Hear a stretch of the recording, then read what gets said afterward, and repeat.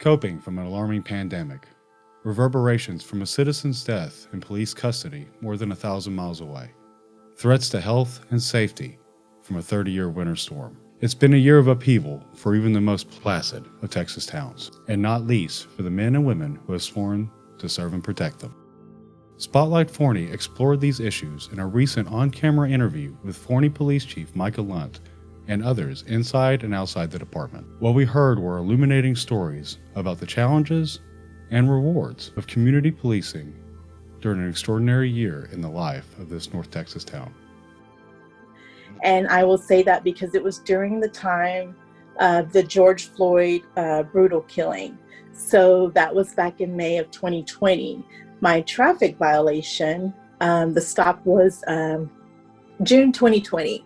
Right. So, very close to that time frame. So as you can imagine, emotions were still going. So when I got stopped in the car by myself as a single African-American woman, immediately I just started having these thoughts of, oh my gosh, one, why am I being stopped?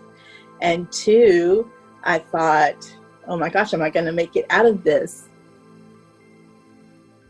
So you've been here since October of 19, correct? Yes, sir. You came with certain ideas about leadership.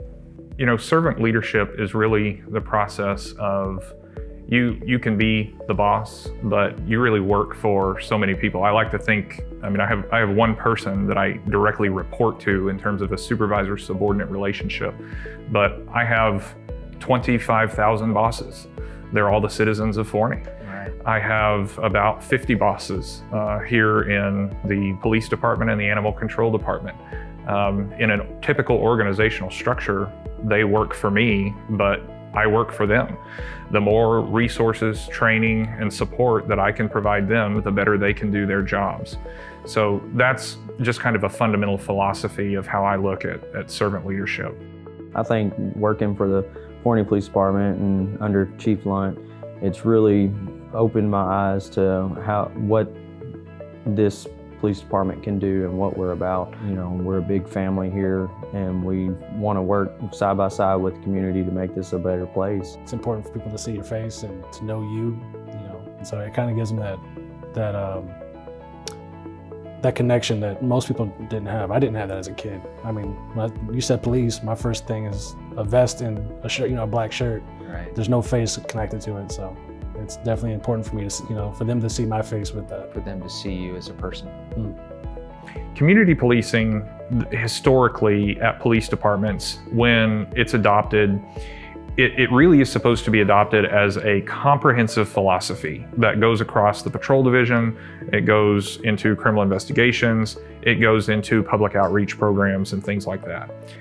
What a lot of departments have done that they tell you in the literature is a mistake is they establish like a community policing unit, which is a small group of people that are supposed to do all the feel-good community policing stuff. And that just doesn't work because it makes it their responsibility and not everyone's responsibility to build those relationships. Chief Lunt strives for us to have excellence in the community. He wants us to be out there. He wants us to be talking to the people. He wants, if there's someone out there that we can help and we have the resources, he wants us to find them. I think that Chief Lunt is a man of integrity and character. I think he's an asset to Forney.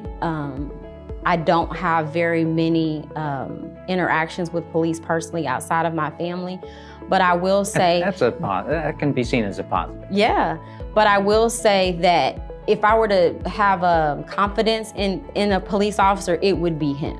Like, I don't see him as being someone who's not approachable, someone who's being an agitator or an instigator. Like, he's one of the good guys, in my opinion. While I was sitting in my car stressing out and, having all these thoughts go through my head of how this situation was going to turn out, the officer completely stayed calm treated me with respect, you know, and for me, I grew up in the house with a police officer. So my dad's a retired police officer. So I knew from him, just, you know, growing up in the house with him, how he treated his employees and the community and how they respected him. And so when this officer approached me and, you know, told me good morning and, you know, was just kind and, you know, just explained to me why he stopped me and, you know, ended the conversation with God bless you and just was so kind. I knew then, okay, this officer has had training, and good leadership starts from the top and trickles down. Do you see the future is bright? Are you leading the department into a brighter future, do you think? You know, one of the responsibilities that they tell you as a new chief is that you have got to get your folks to believe that the best day is yet to come. And I take that responsibility very, very heavily. Since I have been here, I've had the pleasure of working with other department directors, city management, and elected leaders in making a number of changes that try to reflect the value of our human capital. In my view, this city, this police department, we have two major investments. The first one is our human capital. It's our greatest resource. And so having the ability to recruit, retain, and develop our personnel is very, very important. The second thing that we have to safeguard and continuously work on is the public trust.